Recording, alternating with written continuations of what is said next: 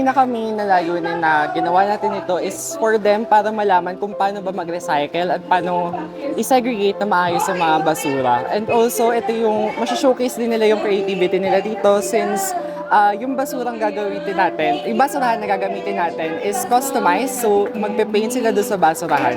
So, bukod sa natuto na sila, naging creative pa sila.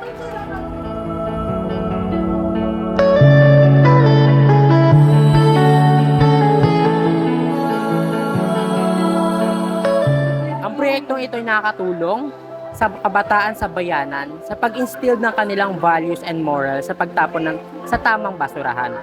Alaman natin na ang climate change ay patuloy na tumataas at upang matulungan ito, ang naisip ng BSI 1A ay ang ganitong proyekto.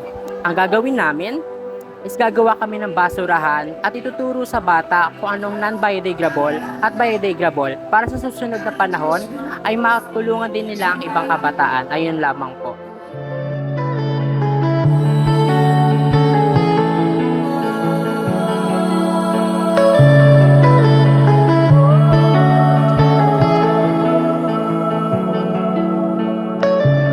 Alright, good morning and congratulations sa Psychology 1A.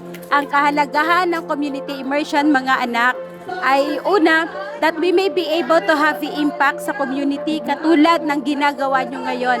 Sobrang organized and sobrang nag-enjoy yung mga bata. Pangalawa, that the community may know na merong nagmamahal sa kanila. Merong nangangalaga, mayroong pwedeng magtingin sa kanilang pangangailangan. At pangatlo, para sa mga estudyante, makita nyo mga anak na ang pagpunta sa community ay napakahalaga that we may be able to know ano yung sitwasyon ng community. Thank you and congratulations, Psych 1A!